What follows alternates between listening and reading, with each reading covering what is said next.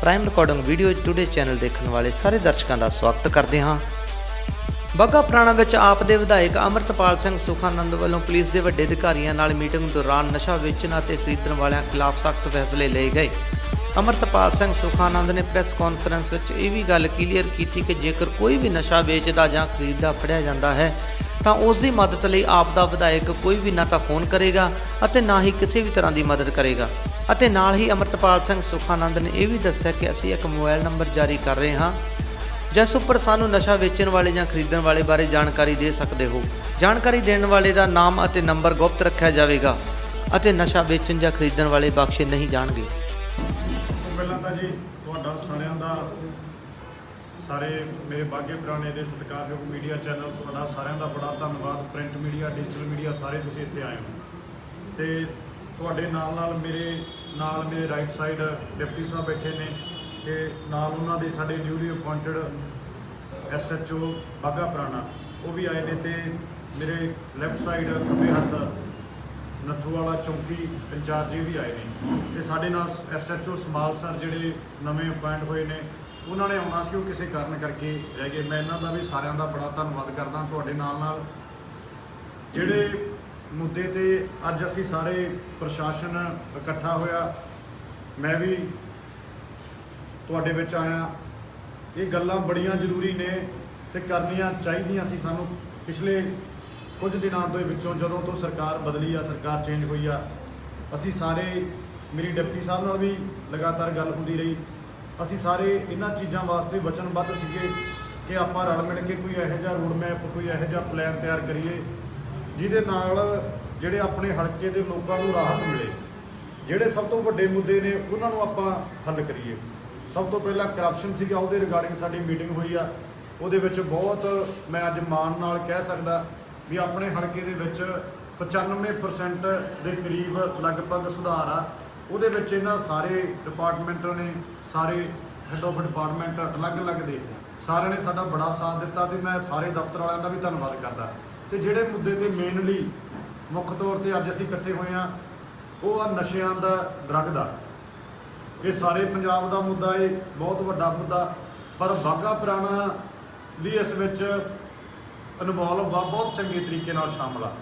ਤਾਂ ਅਸੀਂ ਸਾਰਿਆਂ ਨੇ ਫੈਸਲਾ ਕੀਤਾ ਵੀ ਬਹੁਤ ਵੱਡੀ ਚੇਂਜ ਆਈ ਆ, ਬਹੁਤ ਵੱਡਾ ਬਦਲਾਅ ਆਇਆ, ਰਾਜਨੀਤੀ ਦੇ ਵਿੱਚ ਆਇਆ, ਲੋਕਾਂ ਦੇ ਵਿੱਚ ਆਇਆ ਤੇ ਨਾਲ ਦੀ ਨਾਲ ਅਸੀਂ ਸੋਚਦੇ ਆ ਜਿਹੜੇ ਸ਼ਰਾਰਤੀ ਅਨਸਰ ਨੇ ਅਸੀਂ ਉਹਨਾਂ ਨੂੰ ਵੀ ਬਦਲੀਏ। ਤਾਂ ਪਿਛਲੇ ਦਿਨੀ ਮੈਂ ਲਗਾਤਾਰ ਧੰਨਵਾਦੀ ਪ੍ਰੋਗਰਾਮ ਕਰ ਰਿਹਾ, ਪਿੰਡਾਂ ਦੇ ਵਿੱਚ ਜਾਣਾ ਹੈ। ਡੇਲੀ 4 ਤੋਂ 5 ਪਿੰਡਾਂ ਦੇ ਵਿੱਚ ਮੈਂ ਜਾਣਾ ਤੇ ਜਦੋਂ ਵੀ ਮੈਂ ਗੱਲ ਕਰਦਾ, ਜਦੋਂ ਬੋਲ ਕੇ ਮਾਈਕ ਤੋਂ ਧੰਨਵਾਦ ਕਰਕੇ ਲੋਕਾਂ ਦਾ ਗੁਰਦੁਆਰਾ ਸਾਹਿਬ ਤੋਂ ਬਾਹਰ ਨਿਕਲਦਾ ਤਾਂ ਉੱਥੇ ਹਰ ਇੱਕ ਪਿੰਡ ਦੇ ਵਿੱਚ ਜਿਹੜੀਆਂ ਮੇਰੀਆਂ ਸਤਿਕਾਰਯੋਗ ਬਜ਼ੁਰਗ ਮਾਵਾਂ ਨੇ, ਭੈਣਾਂ ਨੇ, ਬੱਚੇ ਨੇ, ਉਹ ਆ ਕੇ ਘੇਰ ਲੈਂਦੇ ਨੇ ਵੀ ਭਾਈ ਬਾਕੀ ਸਾਨੂੰ ਕੁਛ ਨਹੀਂ ਚਾਹੀਦਾ, ਇਕੱਲੇ ਸਾਡੇ ਪਿੰਡੋਂ ਤੁਸੀਂ ਨਸ਼ਾ ਖਤਮ ਕਰ ਦਿਓ। ਅੱਜ ਵੀ ਮੈਂ 2 ਪਿੰਡ ਗਿਆ, ਮੈਂ ਨਾਂ ਨਹੀਂ ਲੈਣਾ ਚਾਹੁੰਦਾ ਕਿਹੜੇ ਪਿੰਡ ਗਿਆ ਤੇ ਉੱਥੇ ਬਜ਼ੁਰਗ ਔਰਤਾਂ ਮੇਰੇ ਸਾਹਮਣੇ ਆ ਕੇ ਰੋਣ ਲੱਗ ਗਈਆਂ।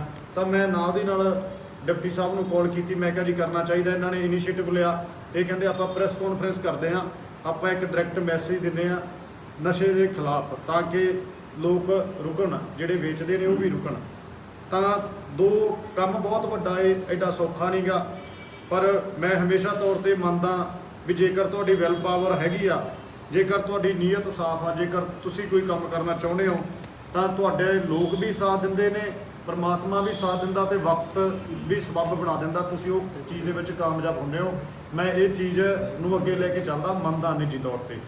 ਤਾਂ ਅੱਜ ਜਿਹੜੇ ਅਸੀਂ ਸਾਰੇ ਇਕੱਠੇ ਹੋਏ ਆ ਤਾਂ ਮੈਂ 2 ਮੇਰੇ ਸਾਹਮਣੇ ਗੱਲਾਂ ਨੇ। ਇੱਕ ਤਾਂ ਇਹ ਆ ਵੀ ਜਿਹੜੀਆਂ ਉਹ ਮਾਤਾ ਬਜ਼ੁਰਗ ਰੋਂਦੀਆਂ ਨੇ, ਮਾਵਾਂ ਰੋਂਦੀਆਂ ਨੇ, ਜਿਨ੍ਹਾਂ ਨੂੰ ਉਹਨਾਂ ਦੇ ਪੁੱਤ, ਜਿਨ੍ਹਾਂ ਨੂੰ ਉਹਨਾਂ ਨੇ ਪਾਲਿਆ ਵੱਡਾ ਕੀਤਾ, ਉਹ ਉਹਨਾਂ ਨੂੰ ਕੁੱਟਦੇ ਨੇ, ਉਹਨਾਂ ਦੀ ਕੱਪੜੇ ਤੱਕ ਪਾੜਦੇ ਨੇ। ਅੱਜ ਮੈਨੂੰ ਮਾਤਾ ਕਹਿੰਦੀ ਮੇਰਾ ਪੁੱਤ ਮੇਰੇ ਕੱਪੜੇ ਤੱਕ ਪਾੜ ਦਿੰਦਾ ਵੀ ਉਹ ਮੈਨੂੰ ਪੈਸੇ ਨਹੀਂ ਦਿੰਦੀ। ਸਮਾਨ ਵਿਕ ਗਿਆ, ਜ਼ਮੀਨਾਂ ਵਿਕ ਗਈਆਂ, ਨਿੱਕੀ ਤੋਂ ਨਿੱਕੀ ਚੀਜ਼ ਵੀ ਉਹ ਚੱਕ ਕੇ ਵੇਚਦੇ ਨੇ ਕਿਉਂਕਿ ਉਹ ਨਸ਼ਾ ਖਾਂਦੇ ਨੇ। ਤਾਂ ਮੈਨੂੰ ਲੱਗਿਆ ਦਿਲ ਤੇ ਵੱਜੀ ਗੱਲ ਵੀ ਨਹੀਂ, ਇਹ ਬੰਦ ਹੋਣਾ ਚਾਹੀਦਾ ਸਾਰਾ ਕੁਛ। ਤਾਂ ਉਹ ਚੀਜ਼ ਨੂੰ ਅੱਗੇ ਰੱਖ ਕੇ ਅਸੀਂ ਬੜੇ ਸਖਤ ਫੈਸਲੇ, ਮੈਂ ਪ੍ਰਸ਼ਾਸਨ ਦੀ ਮਦਦ ਦੇ ਨਾਲ ਇਹਨਾਂ ਨੂੰ ਮੈਂ ਬੇਨਤੀ ਕੀਤੀ ਆ ਸਰਕਾਰ ਵੱਲੋਂ ਵੀ ਆਪਾਂ ਹੁਣ ਬਹੁਤ ਸਮਾਂ ਹੋ ਗਿਆ ਪਹਿਲਾਂ ਵੀ ਇਹ ਵਚਨਬੱਧ ਸੀਗੇ ਇਹਨਾਂ ਕੰਮਾਂ ਲਈ, ਪਰ ਕਿਸੇ ਨਾ ਕਿਸੇ ਤਰ੍ਹਾਂ ਦਾ ਜਿਹੜੇ ਸ਼ਰਾਰਤੀ ਅਨਸਰ ਸੀ ਉਹਨਾਂ ਦਾ ਦਬਾਅ ਬੜਾ ਸੀ, ਉਹਨਾਂ ਦਾ ਪ੍ਰੈਸ਼ਰ ਬੜਾ ਸੀਗਾ। ਤਾਂ ਹੁਣ ਉਹ ਚੀਜ਼ਾਂ ਨਹੀਂ ਰਹੀਆਂ ਗਈਆਂ, ਬਦਲ ਗਿਆ ਸਾਰਾ ਸਿਸਟਮ। ਤੇ ਮੈਂ ਵੀ ਡੇ ਫਸਟ ਤੋਂ ਜਿਸ ਦਿਨ ਤੋਂ ਸਹੁੰ ਚੱਕੀ ਆ, ਜਿਸ ਦਿਨ ਤੋਂ ਵਿਧਾਨ ਸਭਾ ਜਾ ਕੇ ਆਇਆ, ਤੇ ਮੈਂ ਜਿਹੜੇ ਸਾਡੇ ਸੀਨੀਅਰ ਆਫੀਸਰ ਸਾਹਿਬ ਨੇ, ਐਸਐਸਪੀ ਸਾਹਿਬ ਤੇ ਡੀਸੀ ਸਾਹਿਬ, ਮੈਂ ਉਹਨਾਂ ਨਾਲ ਮੀਟਿੰਗ ਕਰਕੇ ਮੈਂ ਉਹਨਾਂ ਨੂੰ ਇੱਕ ਗੱਲ ਕਹੀ ਸੀ। ਮੈਂ ਕਿਹਾ ਜੀ ਨਸ਼ਾ ਤੇ ਕਰਪਸ਼ਨ ਬੰਦ ਕਰ ਦਿਓ, ਤੇ ਮੈਂ ਤੁਹਾਨੂੰ ਆਪਣੇ ਵੱਲੋਂ ਵਚਨ ਦਿੰਦਾ ਵੀ ਕਿਸੇ ਵੀ ਨਸ਼ੇ ਵਾਲੇ ਦੇ ਹੱਕ 'ਚ, ਕਿਸੇ ਵੀ ਕਰਪਸ਼ਨ ਜਿਹੜਾ ਆਮ ਲੋਕਾਂ ਦੇ ਪੈਸੇ ਖਾਂਦਾ ਉਹਦੇ ਹੱਕ ਦੇ ਵਿੱਚ ਮੇਰਾ ਵੀ ਤੇ ਨਾਲ ਮੇਰੇ 3 ਐਮਐਲਏ ਸਾਹਿਬ ਹੋਰ ਸੀਗੇ, ਮੋਗੇ ਵਾਲੇ ਐਮਐਲਏ ਸੀ, ਧਰਮਕੋਟ ਤੋਂ ਸੀ, ਮਨਜੀਤ ਬਲਾਸਪੁਰ ਜੀ ਸੀ, ਨਿਹਾਲ ਸਿੰਘ ਵਾਲਾ ਤੋਂ। ਤਾਂ ਅਸੀਂ ਚਾਰਾਂ ਨੇ ਉਹਨਾਂ ਨੂੰ ਕਿਹਾ ਵੀ ਸਾਡਾ ਫੋਨ ਨਸ਼ੇ ਵਾਲਿਆਂ ਦੇ ਤੇ ਕਰਪਸ਼ਨ ਕਰਨ ਵਾਲਿਆਂ ਦੇ ਹੱਕ 'ਚ ਤੁਹਾਡੇ ਕੋਲ ਕਦੇ ਨਾ ਜਾਊਗਾ। ਇਹ ਤੁਹਾਨੂੰ ਅਸੀਂ ਉਹਨਾਂ ਨੂੰ ਕਹਿ ਕੇ ਆਏ ਸੀ, ਪਰ ਸਾਨੂੰ ਤੁਹਾਡੀ ਲੋੜ ਆ। ਤਾਂ ਉਹਨਾਂ ਨੇ ਵੀ ਮੀਟਿੰਗਾਂ ਸਟਾਰਟ ਕੀਤੀਆਂ ਨੇ। ਤਾਂ ਜਿਹੜਾ ਮੈਂ ਅੱਜ ਮੈਸੇਜ ਦੇਣਾ ਚਾਹੁੰਦਾ ਤੁਹਾਡੇ ਮੀਡੀਆ ਦੇ ਥਰੂ, 4 ਸਟੇਜਾਂ ਨੇ ਜੀ ਨਸ਼ੇ ਦੀਆਂ। ਪਹਿਲੀ, ਜਿਹੜੇ ਖਾਂਦੇ ਨੇ, ਨਸ਼ਾ ਕਰਦੇ ਨੇ। ਦੂਜੀ, ਜਿਹੜੇ ਉਹਨਾਂ ਨੂੰ ਸਪਲਾਈ ਕਰਦੇ ਨੇ। ਤੀਜੀ, ਜਿਨ੍ਹਾਂ ਨੂੰ ਉਹਦੇ ਪੈਸੇ ਆਉਂਦੇ ਨੇ। ਚੌਥੀ, ਜਿਹੜੇ ਇਹਨਾਂ ਤਿੰਨਾਂ ਦੇ ਉੱਤੇ ਹੱਥ ਰੱਖਦੇ ਨੇ। ਜਦੋਂ ਤੋਂ ਸਰਕਾਰ ਬਦਲੀ ਆ, ਜਿਹੜੇ ਹੱਥ ਰੱਖਦੇ ਸੀ ਉਹ ਬਦਲ ਗਏ ਆ। ਜਿਹੜੇ ਪੈਸੇ ਕਮਾਉਂਦੇ ਸੀ ਉਹ 90% ਬਦਲ ਗਏ ਆ। ਜਿਹੜੇ ਸਪਲਾਈ ਕਰਦੇ ਸੀ ਉਹ ਕਮ ਸੇ ਕਮ 60 ਤੋਂ 70% ਬਦਲ ਗਏ। ਉਹ ਸੋਚਦੇ ਆ ਵੀ ਕੋਈ ਸਾਨੂੰ ਰਾਹ ਮਿਲੂਗਾ, ਜਾਈਏ ਕਿ ਨਾ ਜਾਈਏ। ਪਰ ਜਿਹੜੇ ਨਸ਼ਾ ਕਰਦੇ ਨੇ ਉਹ ਅਜੇ ਵੀ 35-40% ਬਦਲੇ ਨੇ। ਉਹ 50 ਤੋਂ 60% ਉਵੇਂ ਦੀ ਉਵੇਂ ਨੇ।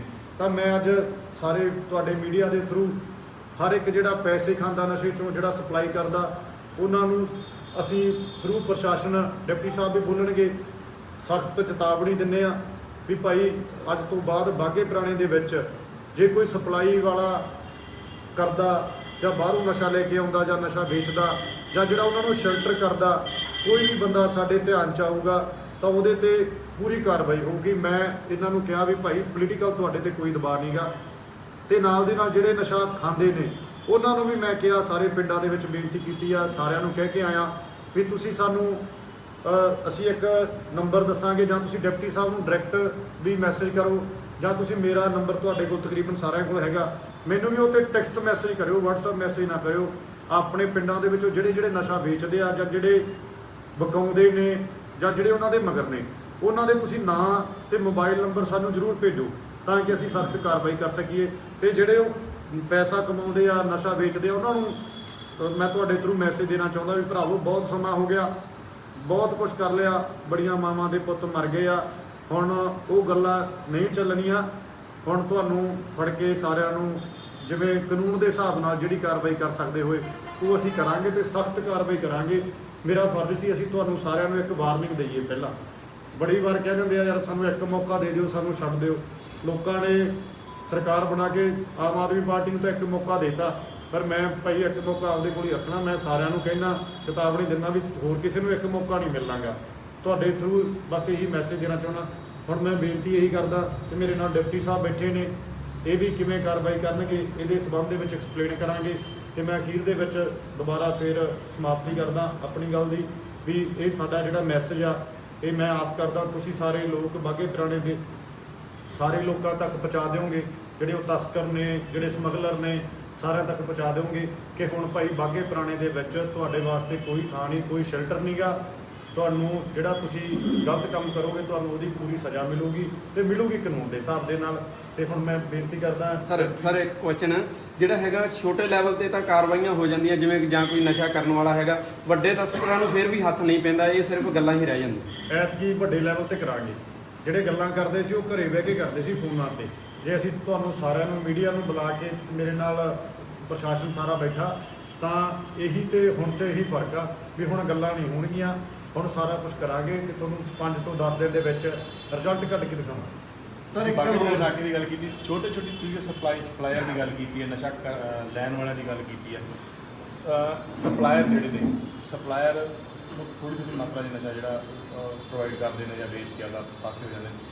ਛੋਟੇ ਸਪਲਾਇਰ ਨੂੰ ਫੜ ਕੇ ਉਹਦੇ 'ਤੇ ਪਰਚਾ ਹੋ ਗਿਆ ਤੇ ਕਾਰਵਾਈ ਹੋ ਗਈ, ਤਾਂ ਉਹਦੇ ਤੋਂ ਕਿਉਂ ਨਹੀਂ ਕਾਰਵਾਈ ਹੁਣ ਤੱਕ ਕੀਤੀ ਗਈ, ਜਾਂ ਮਤਲਬ ਕੀ ਕਾਰਨ ਰਹੇ ਵੀ ਉਹ ਪੱਲੇ ਲੈਵਲ ਤੱਕ ਨਹੀਂ ਪਹੁੰਚਿਆ ਜਾ ਸਕਦਾ?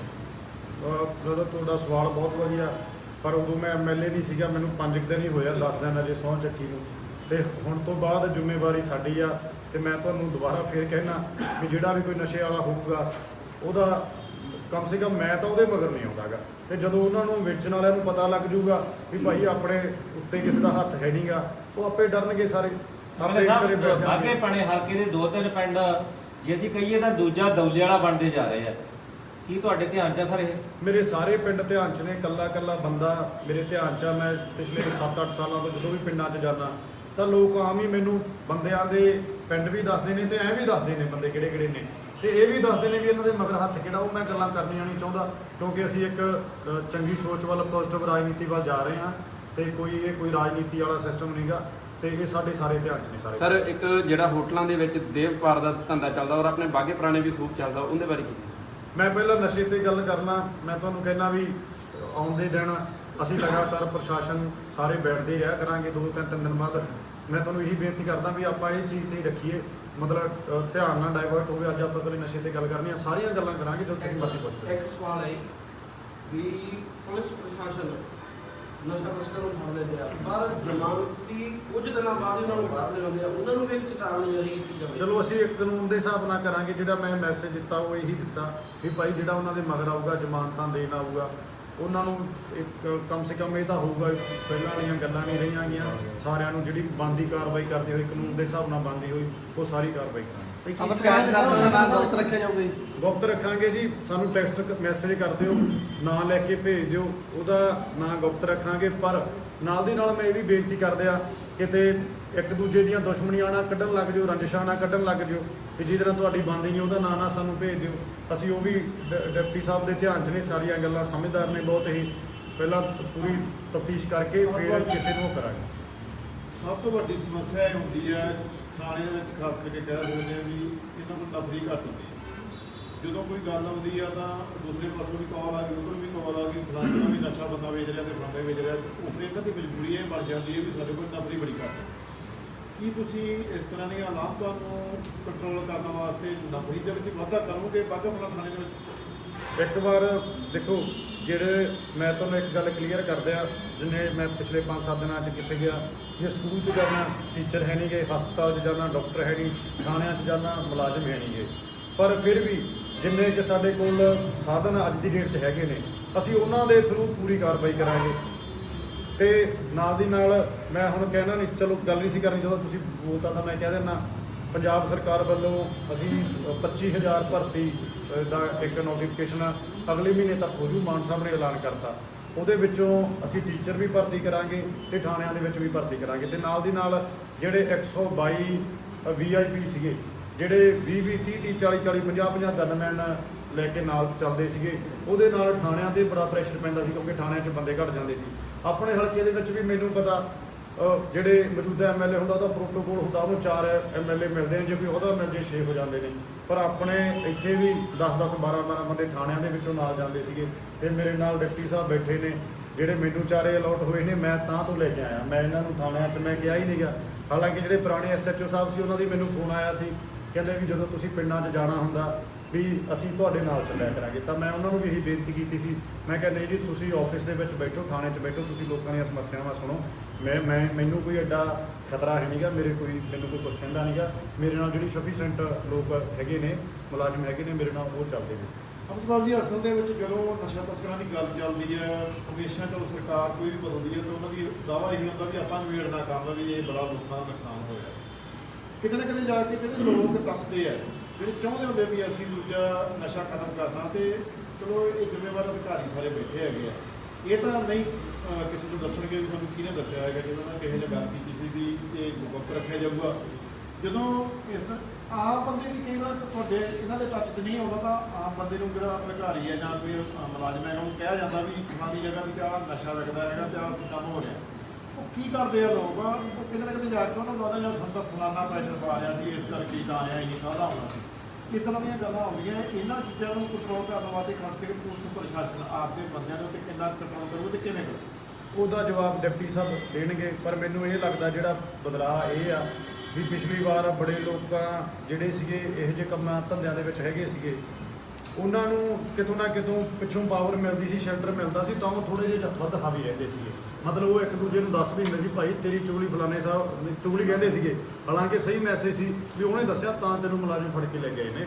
ਤਾਂ ਇਸ ਵਾਰ ਸਾਰਾ ਸਿਸਟਮ ਬਹੁਤ ਬਦਲਿਆ ਹੈ। ਲੋਕਾਂ ਨੂੰ ਇਹ ਹੁੰਦਾ ਨਾ ਵੀ ਜਿਨ੍ਹਾਂ ਨੇ ਮਾੜਾ ਕੰਮ ਹੋ ਰਿਹਾ ਅਸੀਂ ਪ੍ਰਸ਼ਾਸਨ ਨੂੰ ਦੱਸੋ, ਕਿਉਂਕਿ ਪ੍ਰਸ਼ਾਸਨ ਤੇ ਬੜੀ ਆਸ ਹੁੰਦੀ ਹੈ ਲੋਕਾਂ ਨੂੰ, ਹਨਾ ਵੀ ਪੋਲੀਟੀਕਲ ਆਪਾਂ ਪ੍ਰੈਸ਼ਰ ਦੀ ਗੱਲ ਕਰਦੇ ਹਾਂ ਵੀ ਹੁਣ ਪੋਲੀਟੀਕਲ ਪ੍ਰੈਸ਼ਰ ਹੈ ਖਤਮ ਹੋ ਜਾਊਗਾ। ਇਸ ਕਰਕੇ ਆ ਵੀ ਤੁਹਾਡੀ ਵੀ ਇੰਨੀ ਜ਼ਿੰਮੇਵਾਰੀ ਬਣ ਜਾਂਦੀ ਵੀ ਤੁਸੀਂ ਸਾਰੇ ਅਧਿਕਾਰੀਆਂ ਨਾਲ ਇਹ ਸਾਂਝੀਆਂ ਕਰੋ ਗੱਲਾਂ ਉੱਪਰਲੇ ਲੈਵਲ ਤੋਂ ਐਸਪੀ ਸਾਹਿਬ ਤੱਕ, ਡੀਐਸਪੀ ਸਾਹਿਬ ਤੱਕ, ਹਨਾ। ਜੇ ਅਗਰ ਇਸ ਤਰ੍ਹਾਂ ਦੀਆਂ ਚੀਜ਼ਾਂ ਮੁਲਾਜ਼ਮਾਂ ਕੋਲੋਂ ਬੰਦ ਹੋਣਗੀਆਂ, ਲੋਕਾਂ ਦਾ ਡਰ ਖਤਮ ਹੋਊ, ਲੋਕ ਨਾਲ ਦੀ ਨਾਲ ਦੱਸਣਗੇ ਫਲਾਣਾ ਫਲਾਣਾ ਬੇਟਾ ਤਾਂ ਫੜ ਲਓ ਜਾ ਕੇ ਤੁਸੀਂ ਬਣ ਸਕਦੇ। ਨਹੀਂ ਬਿਲਕੁਲ, ਮੈਂ ਹੁਣ ਤੁਹਾਨੂੰ ਚਲੋ ਮੀਡੀਆ ਦੇ ਥਰੂ ਦੱਸ ਦਿਆਂ ਵੀ ਭਾਈ ਜਦੋਂ ਵੀ ਤੁਸੀਂ ਬੇਖੌਫ ਜਿਹੜੇ ਵੀ ਦਫ਼ਤਰ ਜਾਓਗੇ ਉਹ ਤੁਹਾਡੇ ਨਾਲ ਬੜੇ ਪਿਆਰ ਨਾਲ ਡੀਲ ਕਰਦੇ ਆ, ਕਿਉਂਕਿ ਪਹਿਲਾਂ ਉਹਨਾਂ ਦੀਆਂ ਮਜਬੂਰੀਆਂ ਸੀਗੀਆਂ। ਤੇ ਮੈਂ ਲਾਸਟ ਤੁਹਾਡੀ ਬਰਾੜ ਸਾਹਿਬ ਇੰਟਰਵਿਊ ਦੇ ਵਿੱਚ ਵੀ ਕਿਹਾ ਸੀਗਾ ਵੀ ਪਹਿਲਾਂ ਸਾਨੂੰ ਇਹ ਲੱਗਦਾ ਸੀ ਪਤਾ ਨਹੀਂ ਜਿਹੜੇ ਦਫ਼ਤਰਾਂ 'ਚ ਬੈਠੇ ਮੁਲਾਜ਼ਮ ਨੇ ਜਾਂ ਕੋਈ ਵੀ ਅਫਸਰ ਨੇ ਵੀ ਉਹ ਲੋਕਾਂ ਨੂੰ ਤੰਗ ਕਰਦੇ ਨੇ, ਉਹ ਕਰਪਟ ਨੇ, ਪਤਾ ਨਹੀਂ ਉਹੀ ਪੈਸੇ ਲੈਂਦੇ ਨੇ। ਤੇ ਜਦੋਂ ਮੈਂ ਵਿੱਚ ਵੜ ਕੇ ਦੇਖਿਆ ਤਾਂ ਮੈਨੂੰ ਬੜੀ ਖੁਸ਼ੀ ਹੋਈ ਵੀ ਸਾਰਿਆਂ ਨੇ ਆਮ ਆਦਮੀ ਪਾਰਟੀ ਨੂੰ ਵੋਟ ਕੀਤੀ ਆ। ਸਾਰੇ ਮੁਲਾਜ਼ਮਾਂ ਨੇ, ਸਾਰੇ ਪੁਲਿਸ ਡਿਪਾਰਟਮੈਂਟ ਨੇ, ਸਾਰੇ ਟੀਚਰਾਂ ਨੇ, ਸਾਰੇ ਜਿਨ੍ਹਾਂ ਨੂੰ ਲੋਕ ਨਾਰਾਜ਼ ਸੀਗੇ, ਲੈਂਦੇ ਸੀਗੇ। ਤਾਂ ਹੁਣ ਸਾਨੂੰ ਗੱਲਾਂ ਇਹ ਨਿਕਲ ਕੇ ਆ ਗਈਆਂ ਵੀ ਭਾਈ ਇਹ ਤਾਂ ਵਿਚਾਰੇ ਇਕੱਲੇ ਇੱਕ ਵਿਚਾਲੇ ਸੀਗੇ ਸਿਸਟਮ, ਇਹ ਤਾਂ ਬਦਨਾਮ ਤਾਂ ਹੋ ਜਾਂਦੇ ਸੀ ਕਿਉਂਕਿ ਲੋਕ ਇਹਨਾਂ ਦੇ ਡਾਇਰੈਕਟ ਟੱਚ ਸੀਗੇ। ਤੇ ਜਿਹੜਾ ਇਹਨਾਂ ਤੋਂ ਤਾਂ ਪੈਸੇ ਲੈਂਦਾ ਸੀ ਕਮਿਸ਼ਨ 10%, 20, 90% ਤੱਕ ਚੱਲਦਾ ਸੀਗਾ, ਉਹ ਪਾਸੇ ਰਹਿੰਦੇ ਸੀ, ਸਾਈਡ ਤੇ ਰਹਿੰਦੇ ਸੀ। ਤਾਂ ਉਹ ਵੀ ਗੱਲਾਂ ਹੌਲੀ ਹੌਲੀ ਪਬਲਿਕ ਡੋਮੇਨ 'ਚ ਆ ਗਈਆਂ। ਤਾਂ ਹੀ ਤਾਂ ਲਾਸਟ ਜਿਹੜਾ ਇਲੈਕਸ਼ਨ ਆ ਉਹ 'ਚ ਲੋਕਾਂ ਨੇ ਇਸੇ ਚੀਜ਼ ਦਾ ਫੈਸਲਾ ਕੀਤਾ ਹੈ ਨਾ। ਤਾਂ ਹੁਣ ਤੁਸੀਂ ਜਿੱਥੇ ਵੀ ਜਾਂਦੇ ਹੋ ਤਾਂ ਮੈਨੂੰ ਨਹੀਂ ਲੱਗਦਾ ਕਿਸੇ ਵੀ ਸਰਕਾਰੀ ਦਰਬਾਰੇ ਤੁਹਾਡੇ ਤੋਂ ਕੋਈ 1 ਰੁਪਏ ਦੀ ਵੀ ਡਿਮਾਂਡ ਕਰਦਾ। ਕਿਉਂਕਿ ਉਹ ਹੋਰ ਪੈਸੇ ਅੱਗੇ ਨਹੀਂ ਜਾਂਦੇਗੇ। ਤਾਂ ਸਾਨੂੰ ਵੀ ਸਾਰਿਆਂ ਨੂੰ ਆਪਣੀ ਡਿਊਟੀ ਪਿਆਰੀ ਆ, ਆਪਣੀ ਅਸੀਂ ਵੀ ਚਾਹੁੰਦੇ ਹਾਂ ਸਾਡਾ ਲੋਕ ਰਿਗਾਰਡ ਕਰਨ, ਪਿਆਰ ਕਰਨ। ਤਾਂ ਉਹ ਬਦਲਾਅ ਹੋ ਗਿਆ, ਬੜੀਆਂ ਚੀਜ਼ਾਂ ਬਦਲ ਗਈਆਂ। ਤੇ ਮੈਂ ਬਰਾੜ ਸਾਹਿਬ ਤੁਹਾਨੂੰ ਬੇਨਤੀ ਕਰਦਾ, ਹੁਣ ਆਪਾਂ ਸਵਾਲ ਵੀ ਬਦਲੀਏ। ਅਮਰਪਾਲ ਜੀ ਲਾਸਟ ਸਵਾਲ, ਇੱਕੋ ਸਵਾਲ ਬਹੁਤ ਖਾਸ ਆ। ਤੁਸੀਂ ਜਿਹੜਾ ਨਸ਼ਾ ਤਸਕਰਾਂ ਦੀ ਗੱਲ ਕਰ ਲਈ ਆ, ਖਾਣ ਵਾਲਿਆਂ ਦੀ ਗੱਲ ਕਰ, ਹੁਣ ਜਿਹੜੇ ਨਸ਼ਾ ਪੀੜਤ ਹੈਗੇ ਆ ਜਿਨ੍ਹਾਂ ਨੂੰ ਜਿਹੜਾ ਨਸ਼ਾ ਛੁਡਾਊ ਕੇਂਦਰਾਂ ਦੇ ਵਿੱਚ ਉਹ ਗੋਲੀਆਂ ਜਿਹੜੀਆਂ ਨਸ਼ਾ ਛੁਡਾਉਣ ਲਈ ਜਿਹੜੀਆਂ ਦਿੱਤੀਆਂ ਜਾਂਦੀਆਂ, ਉਹਨਾਂ ਦਾ ਵੀ ਜਿਹੜਾ ਹੈਗਾ ਇੱਕ ਵਾਰ ਧੰਦਾ ਹੋ ਰਿਹਾ, ਤੁਸੀਂ ਉਹਨਾਂ ਸੈਂਟਰਾਂ ਤੇ ਵੀ ਜਿਹੜਾ ਹੈਗਾ ਧਿਆਨ ਦਿਓਗੇ? ਬਿਲਕੁਲ ਦੇਵਾਂਗੇ ਸਾਰੇ। ਇਹੀ ਗੱਲ ਐਮਐਲਏ ਸਾਹਿਬ ਇਹੀ ਗੱਲ ਕਰਦੇ ਸੀ, ਜਿਵੇਂ ਨਸ਼ਾ ਛੁਡਾਊ ਕੇਂਦਰ ਖੋਲ੍ਹੇ ਗਏ ਆ, ਗੋਲੀਆਂ ਤਾਂ ਵੇਚੀ ਰਹੀਆਂ ਜੀ, ਇਹਦੇ ਨਾਲ ਜੇ ਜਿਵੇਂ ਦੁਬਾਰਾ ਨਸ਼ਾ ਛੁਡਾਊ ਕੇਂਦਰ ਐਕਟਿਵ ਹੋ ਜਾਣ, ਉੱਥੇ ਵਧੀਆ ਢੰਗ ਨਾਲ ਲੋਕਾਂ ਨੂੰ ਸਾਈਕੈਟ੍ਰਿਸਟ ਆਪਣਾ ਮੋਟੀਵੇਟ ਕਰਨ, ਡਾਕਟਰ ਨੂੰ ਹੈਂਡਲ ਕਰਨ, ਉਹ ਚੀਜ਼ਾਂ ਵੀ ਐਕਟਿਵ ਹੋਣ ਦੀ ਲੋੜ ਹੈ ਇਹ ਨਸ਼ਾ ਛੁਡਾਉਣ ਲਈ। ਨਹੀਂ, ਇੱਕ ਤਾਂ ਮੈਂ ਤੁਹਾਨੂੰ ਇੱਕ ਹੋਰ ਬੇਨਤੀ ਕਰਦਿਆਂ, ਮੈਂ ਕਈ ਹੋ ਸਕਦਾ ਮੈਂ ਗਲਤ ਹੋਵਾਂ ਜਾਂ ਸਹੀ ਹੋਵਾਂ, ਤੁਸੀਂ ਮੈਨੂੰ ਕਰੈਕਟ ਕਰ ਦਿਓ। ਪਹਿਲੀ ਗੱਲ ਤਾਂ ਜਿਹੜੀ ਜਦੋਂ ਆਪਾਂ ਨਸ਼ਾ ਛੁਡਾਉਣ ਦੀ ਗੱਲ ਕਰਦੇ ਹਾਂ, ਭਾਈ ਨਸ਼ਾ ਛੱਡੀ, ਉਦੋਂ ਬਾਅਦ ਤਾਂ ਬੜੇ ਸਾਰੇ ਲੋਕ ਕਹਿੰਦੇ ਨੇ ਵੀ ਯਾਰ ਵਿਚਾਰੇ ਮਰ ਜਾਣਗੇ ਵੀ ਇਹ ਕਰਨਗੇ ਕੀ।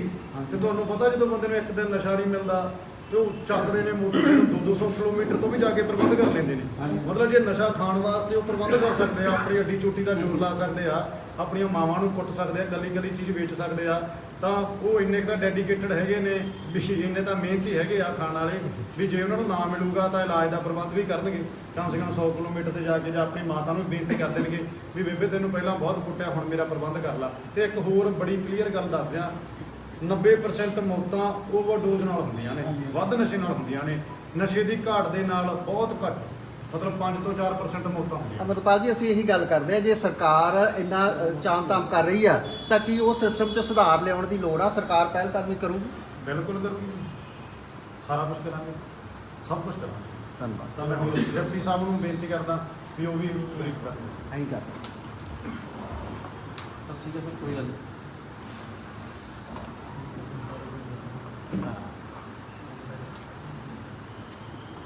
ਸਰ ਤੁਹਾਡੇ ਵੱਲੋਂ ਅੱਜ ਐਮਐਲਏ ਸਾਹਿਬ ਨਾਲ ਇੱਕ ਮੀਟਿੰਗ ਕੀਤੀ ਗਈ ਹੈ, ਕਿਸ ਸੰਬੰਧ ਵਿੱਚ ਉਹ ਮੀਟਿੰਗ ਰੱਖੀ ਗਈ?